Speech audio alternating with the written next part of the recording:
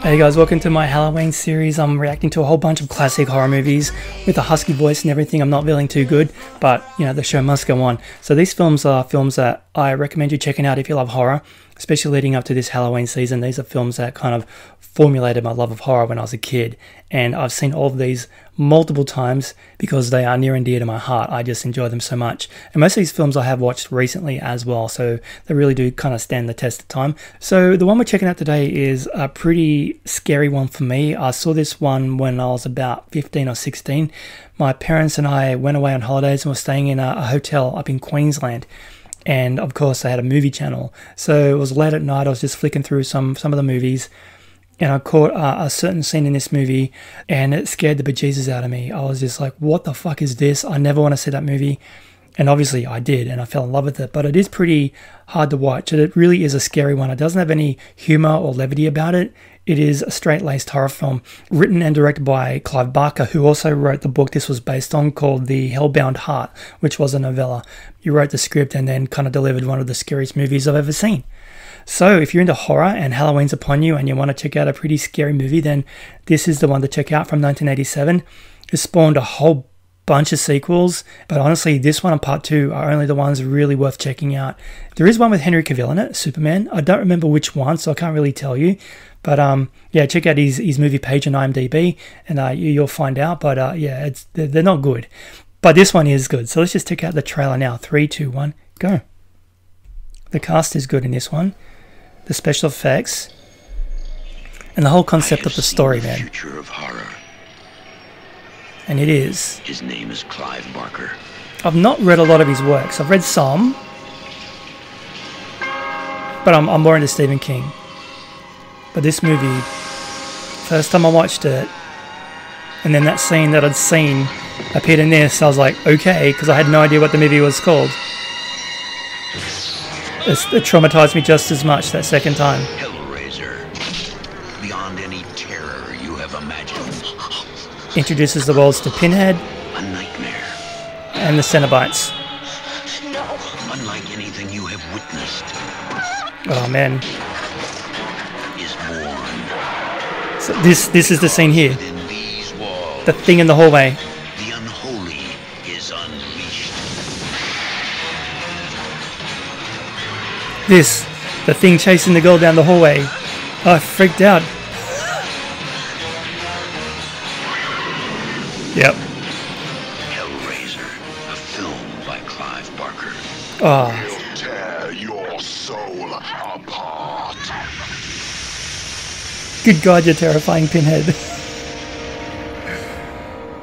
Coming soon to a theatre near you. I didn't go. I was like, no, I'm not going to watch that. Are you kidding me? I think I was just tentatively diving into the world of Friday the 13th at this point. I'd seen Halloween 2 by now, I think, and Alien, and I was really like, I knew I was not liking horror, but little did I know I was just kind of sowing those seeds in my heart for a true love affair for the genre.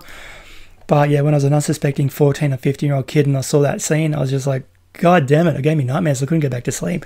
So when I did put it on for that first time, yeah, I fell in love with it because the character of Pinhead, and I'm a big fan of Freddy Krueger, so having these iconic villains with such a unique look about them and truly terrifying in their own right. I mean, Pinhead, he's this demon monster with all these nails sticking out of his head, and he basically uses chains to rip you apart. It was quite horrific, and the special effects in this movie, oh my God, no spoilers, but what they do, considering the age of this movie, is just like eye-melting stuff. It is incredibly done, but immensely disturbing. Like I said, some of the visions and the scenes in this movie are really, really disturbing, kind of like dealing with hell. Yeah, it really kind of pushes the boundaries, but I just love it. It's really, really a straight-laced horror film, man. Like I said, there's nothing funny about it. It's just out to scare you. And the cast is incredible too. So Andrew Robinson as Larry, the father. You might recognize him through a whole bunch of other movies. Claire Higgins as Julia and Ashley Lawrence as Christy. She's the main girl. She comes back in a couple sequels, I think. Sean Chapman as Frank, who is Larry's brother. And of course, we've got the Cenobites. And this is the movie that introduced the world to Pinhead, the lead Cenobite, as he's credited in the Internet Movie Database for the first one, played by the irrepressible Doug Bradley.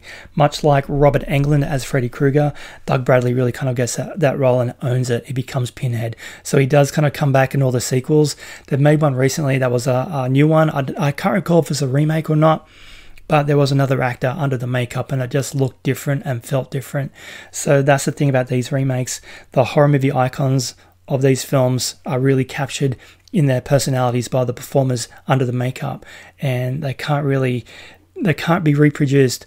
Unlike Dracula and Frankenstein, those movies, they're remade over the years with different actors, and they really kind of bring their own thing to it.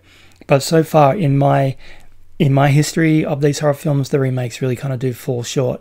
But Jason Voorhees, on the other hand, played by Kane Hodder and Derek Mears and a whole bunch of other stuntmen over the years, they really do bring something unique to them. Kane Hodder really owned the role for about 3 or 4 films, and then Derek Mears come back for the remake and he really owned it as well. The physicality and their performances really delivered and shone through.